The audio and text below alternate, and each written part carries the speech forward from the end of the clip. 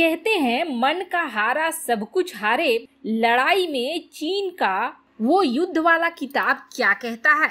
उस किताब के अनुसार लड़ाई को अगर बिना लड़े ही जीत लिया जाए तो उस लड़ाई से अच्छी कोई लड़ाई नहीं होती है और उसे जीतने के लिए प्रोपेगेंडा का सहारा भरपूर लेना चाहिए। लेकिन लिप बाम और सनस्क्रीन लगाकर लड़ने कौन आता है भाई? भारत चीन की सीमा पर इस वक्त चीनी सैनिक जो कर रहे हैं उसे देखकर तो यही कहा जाएगा कि शायद ये लड़ने के नए तरीके ढूंढ रहे हैं। आखिर ऐसा क्या कर रहे हैं? वहीं इजराइल के देश में सेंध लगा दिया चीन ने और इजराइल की सबसे कीमती चीज चुरा ली। लेकिन चोरी करने के बाद उसके हाथ में क्या आया है? फ्रांस और यूरोप में मचे हलचल के बाद ऑस्ट्रिया ने ले लिया है बड़ा फैसला। ऑस्ट्रिया के फैसले के बाद कमर टूट जाएगी कट्टरवाद की। आखिर ऑस्ट्रिया ने क्या किया है? आइए जानते हैं इन खबरों को विस्तार से। प्रोपेगेंडा की लड़ाई में माहिर चीन रोज नए नए रिकॉर्ड बना रहा है।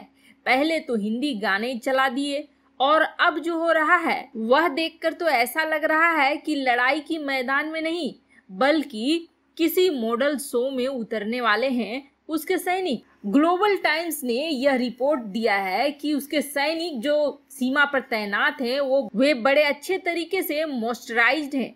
वे लिप बाम और सनस्क्रीन लगाकर भारत के किसी भी हमले का मुंह तोड़ जवाब देने के लिए तैयार बैठे हैं।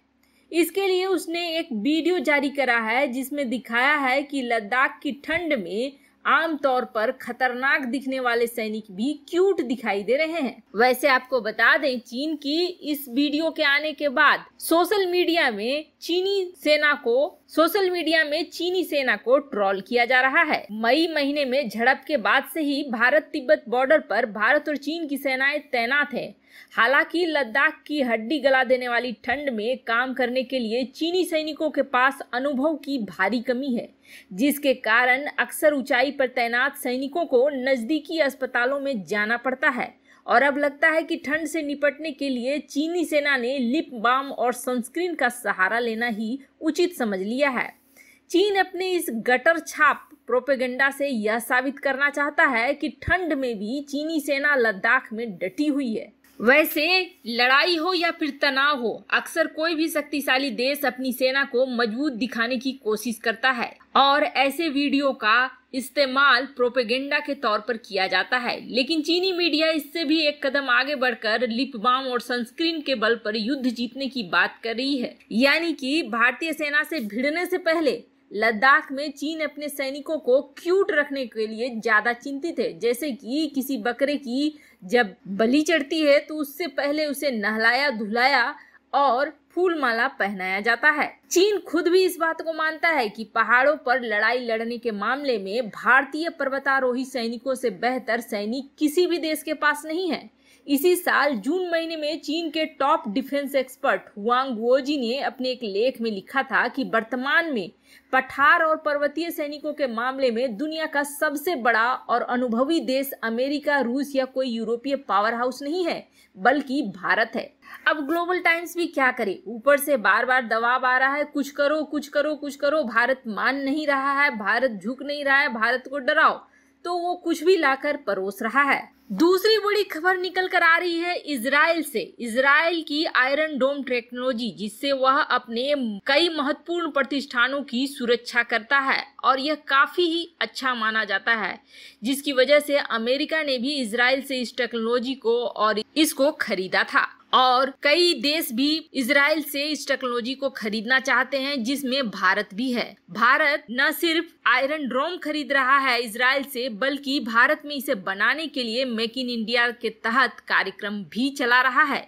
ऐसे में अब यह सूचना आ रही है कि चीन ने चुरा लिया है इजराइल के इस टेक्नोलॉजी को। वैसे आपको बता दें, इजराइल में साइबर सिक्योरिटी बहुत ही ज्यादा है। ऐसे में चीन की चोरी कितनी सही है यह कहना थोड़ा मुश्किल होगा, क्योंकि इजराइल में सेंध लगाने का मतलब यह हो गया है कि कोई भी देश में चीन आराम से सेंध लगा सकता है। हाल ही में चीन ने अपने एक हथियार की प्रदर्शनी की है जो कि बिल्कुल आयरन डोम की तरह है, जिसके बाद ऐसा लग रहा है कि यह टेक्नोलॉजी चीन ने हासिल कर ली है। वैसे चीन कितनी भी टेक्नोलॉजियों को हासिल करे, चाहे वो रूस से करता है या अमेरिका से करता है, कभी भी उसके हथियार, उसके विमान ओरिजिनल विमानों के बराबर होते ही नहीं है।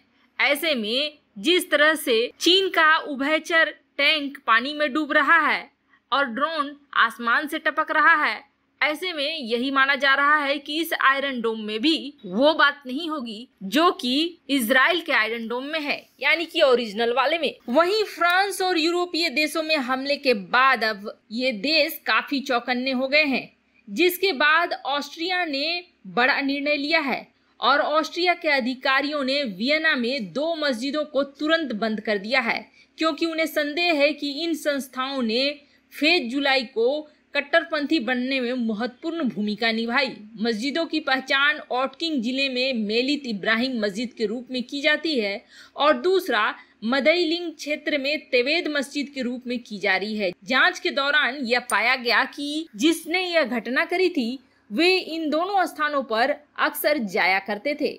यह भी बताया जा रहा है कि इन 2 मस्जिदों में से केवल एक ही रजिस्टर्ड है आधिकारिक तौर पर, जबकि दूसरा इस्लामिक एसोसिएशन के रूप में पंजीकृत है। गृह मंत्री कार्ल नेहमर के अनुसार हम एक हिंसक अपराधी के साथ डील कर रहे हैं जो कि राजनीतिक रूप से इस्लाम में सहानुभूति रखने वालों के नेटवर्क में शामिल था। ऑस्ट्रिया ने कहा है कि इन मस्जिदों ने सिद्धांत और संविधान के नियमों को तोड़ा है, जिसकी वजह से इन्हें बंद किया जा रहा है और ये इस्लामी कानूनों के द्वारा संचालित हैं, जो कि राष्ट्रीय कानून का भी उल्लंघन है। इस वजह से भी इसे बंद किया जा रहा है।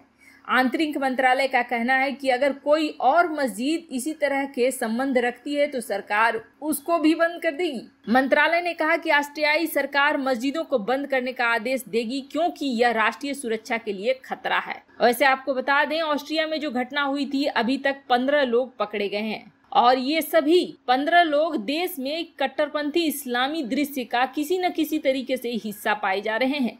7 तो ऐसे हैं जो पहले से आपराधिक गतिविधियों में लिप्त पाए गए हैं और 4 पहले से ही आतंकवाद के आरोप में दोषी ठहराए जा चुके हैं। वैसे फ्रांस ने भी एक बड़ा एक्शन लिया है। अगले वीडियो में आपको बताते हैं कि आखिर फ्रांस क्या कर रहा है इसके बाद। वैसे आपको क्या लगता है, लिप बाम और सनस्क्रीन लगाकर चीनी सैनिक क्या भारतीय सैनिकों के सामने टिक पाएंगे?